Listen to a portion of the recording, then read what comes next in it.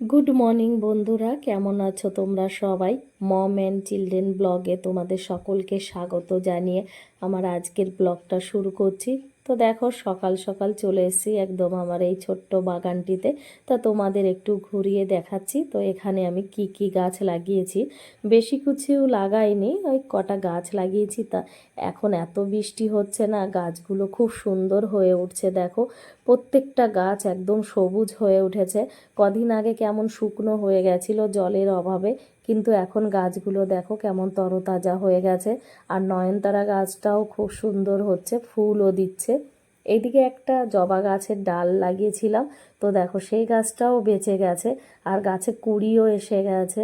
আর এখানে টবে যে ক্যাপসিকাম গাছটা আছে না, তো এই গাছটা আমি কোথাও থেকে আনিনি, আমি নিজেই লাগিয়েছি। তো দোকান থেকে একটা ক্যাপসিকাম কিনে নিয়ে এসেছিলাম, একটু হালকা লাল লাল দেখে। তো সেখান থেকে বীজগুলো আমি এই টবের মধ্যে রেখে দিয়েছিলাম।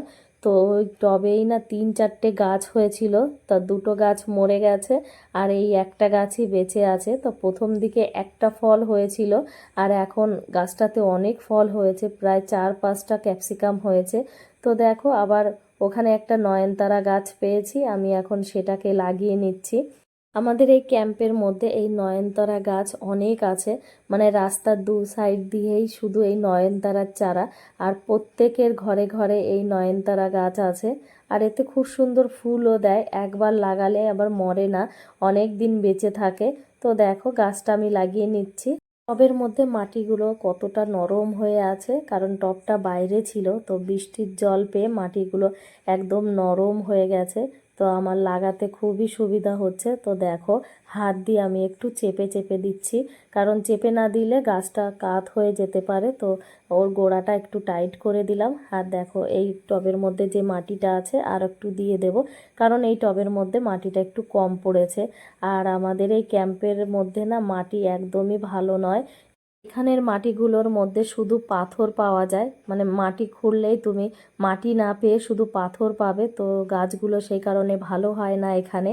তাই তোমাদের দাদাভাইয়ের অফিসটা যেখানে, ওখানে আবার খুব সুন্দর মাটি পাওয়া যায়। তো সেখান থেকেই মাটিগুলো নিয়ে এসেছিল গাছগুলো লাগানোর জন্য। তো দেখো, এই যে আর একটা নয়নতারা গাছ, এই গাছটা আবার আমি কয়েকদিন আগেই লাগিয়েছি। তো দেখো, গাছটা একটু কাত হয়ে গেছে, মাটি কম পড়েছিল, তাই এর মধ্যে আমি আবার একটু মাটি দিয়ে দিলাম। তো গাছটা কাত হয়ে গেছে দেখে দেখো, একটা ডাল পুঁতে দিচ্ছি ওর মাঝখানে, যাতে ও একটু দাঁড়িয়ে থাকতে পারে। আর গাছটাতে ফুলও এসেছে, বেশি আসেনি, একটা দুটো করে সবে আসছে। আর দেখো, এইটা হলো পুঁই শাক গাছ। তো পুঁই শাক গাছ কিভাবে লাগিয়েছি দেখেছো? পুঁই শাক গাছের ডালগুলো দেখো কেটে কেটে লাগিয়ে দিয়েছি। তো এই ডালটা লাগালেই গাছগুলো বেরিয়ে যাবে। আর দেখো, ওর সঙ্গে একটা শামুকও চলে এসেছে, মানে এখানে এত পরিমাণে শামুক পাবে তুমি, জঙ্গল এরিয়া, তো সেই কারণে এখান দিয়ে শুধু ঘুরে বেড়ায়। এই বারান্দাতে তো প্রচুর পরিমাণে পাওয়া যায়। তো দেখো, পুঁই শাক গাছটা তো আমি আগে জানতাম না যে এইভাবে ডাল কেটে লাগালে গাছ বেরিয়ে আসে। তো একদিন আমাকে একটা দিদি দিয়েছিল, বলেছিল লাগিয়ে দিতে। তা সত্যি গাছটার থেকে জানো তো গাছ বেরিয়ে এসেছিল, আর অনেকটা বড় হয়েছিল, কিন্তু আমি যত্ন নিতে পারিনি দেখে গাছটা মরে গেছিল। তো ঘরে অনেকগুলো পুঁই শাক ছিল, তো ভাবলাম যে এবার গাছটা লাগিয়ে দিই, কারণ বর্ষা শুরু হয়ে গেছে, গাছগুলো হয়তো বেঁচে যেতে পারে। তো দেখো, এইটা হলো আমার আর একটা বেলফুল গাছ। তো এটায় অনেক ফুল হচ্ছে গাছে, আর ডালগুলো অনেকবার কেটে দিয়েছি। তো অনেকে বলে ফুল হওয়ার পরে ডালগুলো ছেঁটে দিতে, তাহলে গাছটা আরও খুব সুন্দর হয়ে ওঠে আর কি, ঝাঁকড়ালো টাইপের হয়। আর এদিকে দেখো, তারপর চলে এসেছি আমি রান্নাঘরে। তো এসে ডিম সিদ্ধ চাপিয়ে দিয়েছি, আর ছেলে মেয়ের জন্য একটু আলু বিট গাজর ভেজে নিচ্ছি। তো ওইদিকে রান্না করতে করতে এদিকে আবার ছেলে আমার উঠে গেছে। তো এখন বাজে হচ্ছে 9:30। তো দেখো, ছেলে উঠে বলছে আমার সাইকেলটা কোথায়। তো সেই সাইকেলটাই ওরা হাতে দিলাম, কারণ ও রাত্রে ঘুমোতে গিয়ে ভুলে গেছিল নেওয়ার। তো ঘুম থেকে উঠে যখন দেখলো ওর পাশে নেই, তখনই বলছে মা আমাকে দাও। তো সাইকেলটা দিয়ে ও এখন আমার কোলে ঘুরু ঘুরু করবে।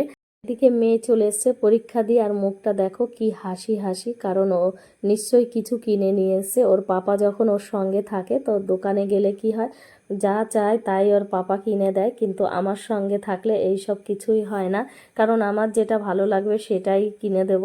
ছোট বাচ্চা যখন যা মন চায় তখন চেয়ে বসে, এত বায়না করে না।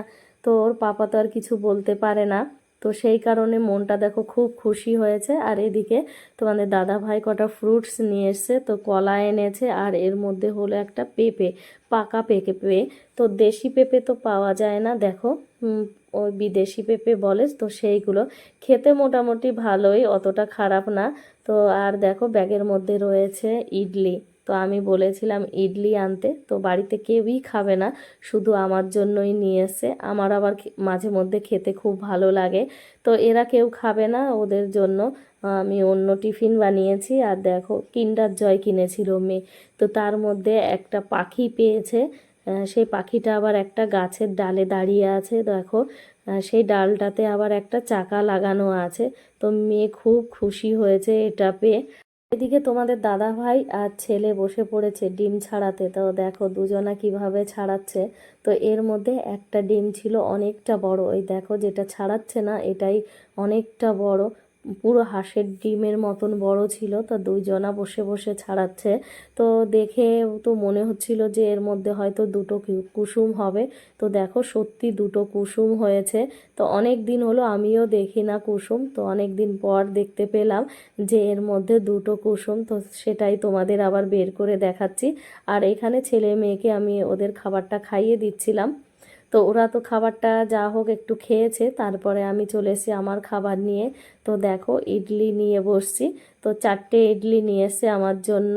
তো সেটাই এখন আমি খাবো। আর তোমরা কে কে পছন্দ করো কমেন্টস করে জানাবে।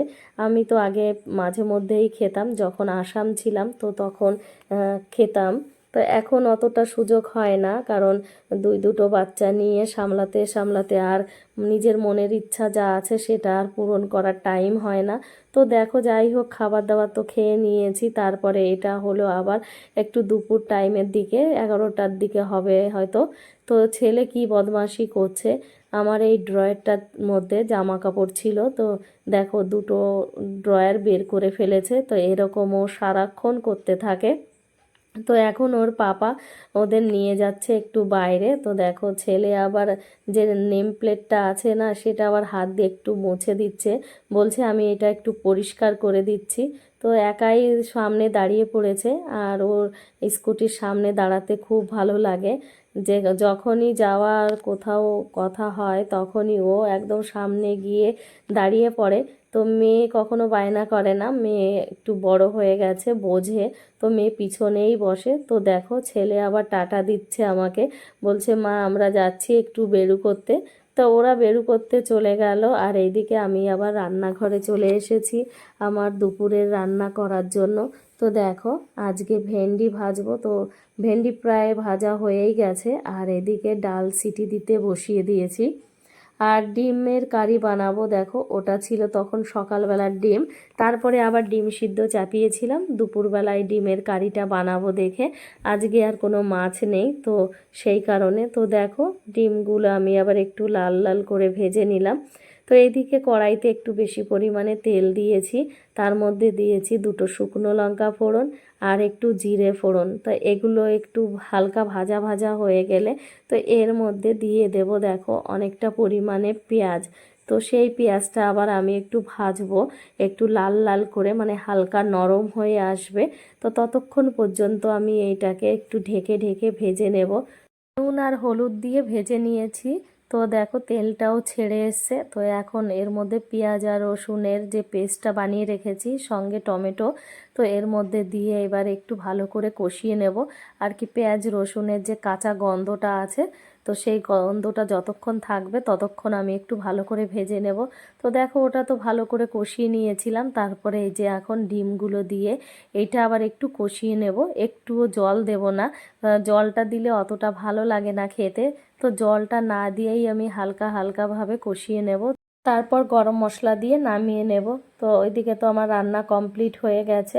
আর এইদিকে দেখো এরা গেছিল ঘুরতে, কিন্তু ছেলেকে টাক করে নিয়ে চলে এসেছে। তো ছেলে একটু রেগে আছে, কারণ টাক করেছে দেখে রেগে নেই, ও একটা খেলনা কি চেয়েছিল গাড়ি, তো সেই গাড়িটা ওর পাপা বলছে এখন দেব না, আগে বাড়ি চলো তারপর বিকালে এসে দেব। তো ও কিছুতেই রাজি না, দেখো গাড়ি থেকেও নামতে চাইছে না, একদম রেগে গেছে। তো এইদিকে তো আবার মেয়ে দেখো এদিকে এসে বসে আছে, কারণ ওকে শুধু চুলটাই কেটে দিয়েছে, বলছে টাক করতে চেয়েছিল কিন্তু মেয়ে রাজি হয়নি টাক হতে, তো শুধু মেয়ের চুলটাই সাইড দিয়ে একটু কেটে দিয়েছে। আর দেখো ছেলেকে কিছুতেই নামাতে পারছে না, তো জোর করে ওর পাপা নামিয়ে দিল। আর দেখো কি কান্না, একদমই কান্না থামছিল না, তো বাধ্য হয়ে ওর পাপা আবার গেছিল ওদের নিয়ে। তো দেখো সেখান থেকে এই বাইকটা কিনে নিয়ে এসে, তো বাইকটা পেয়ে তো আমার ছেলে খুব খুশি, দেখো কি ড্যান্স করছে, মানে ওর ঘরে ঢুকতে মনও চাইছে না, এতটা আনন্দ হচ্ছে, বাইরে দিয়েই দৌড়াদৌড়ি করছে। এখন আমরা সবাই দুপুরের খাবার খাবো, তো তার জন্য দেখো যে রান্নাগুলো করেছিলাম আমি সেগুলো এক এক করে নিয়ে আসছি। তো ডাল দেখে আমার ছেলে বসে পড়েছে, তার মধ্যে হাতা দিয়ে দেখো উঠাচ্ছে, মানে ও এখন বদমাশি করবে। আমি এখানে দাঁড়িয়ে আছি দেখে বেশিটা করতে পারলো না, না হলে আমি যদি ওখানে না থাকতাম পুরো ওখান থেকে ডালগুলো না ফেলে দিত, ভাতের হাঁড়ির মধ্যে ঢুকিয়ে দিত ওই ডালগুলো। তো এই রকমই ও করে। তারপরে দেখো ওরা খাবার খেয়ে আর তো ঘুমোলো না, তো না ঘুমিয়ে এখন খেলতে এসেছে। তো প্রথমে মেয়ে ব্যাট করলো, আর এখন আমার ছেলে ব্যাট করছে, দেখো কি সুন্দর, মানে খুব স্টাইল শিখে গেছে ব্যাট করার। এই দেখো বলগুলো কিভাবে মারছে। তো যখন দেখলো যে আমি ভিডিও করছি তখন আবার একটু দুষ্টুমি শুরু করে দিয়েছে। তো যাই হোক, ওদের খেলা কমপ্লিট হয়ে যাওয়ার পরে তো সন্ধ্যার সময় তোমাদের দাদা ভাই আবার দেখো ফুচকা নিয়ে এসছে, তো সেই ফুচকাগুলোই আমরা এখন খাচ্ছি সবাই। তো পাপড়ি চাট নিয়ে এসছে আর জল ফুচকা, তো ছেলে মেয়ে খাবে পাপড়ি চাট আর আমি খাবো জল ফুচকা। এখানে দই ফুচকাটা পাওয়া যায় না, শুধু এইরকম পাপড়ি চাট পাওয়া যায়, মানে যে ফুচকাগুলো ফোলে না একদম শুকনো থাকে, তো সেইগুলো দিয়েই পাপড়ি চাট বানায়। তো দেখো ছেলে মেয়ে দুজনাই খাচ্ছে পাপড়ি চাট আর আমি এখন জল ফুচকাটা খাবো। তো আজকের ভিডিওটা আর বেশি বড় করছি না, তোমাদের ভিডিওটা দেখে কেমন লেগেছে যদি ভালো লেগে থাকে তাহলে একটা লাইক শেয়ার কমেন্টস আর সাবস্ক্রাইব করে দিও।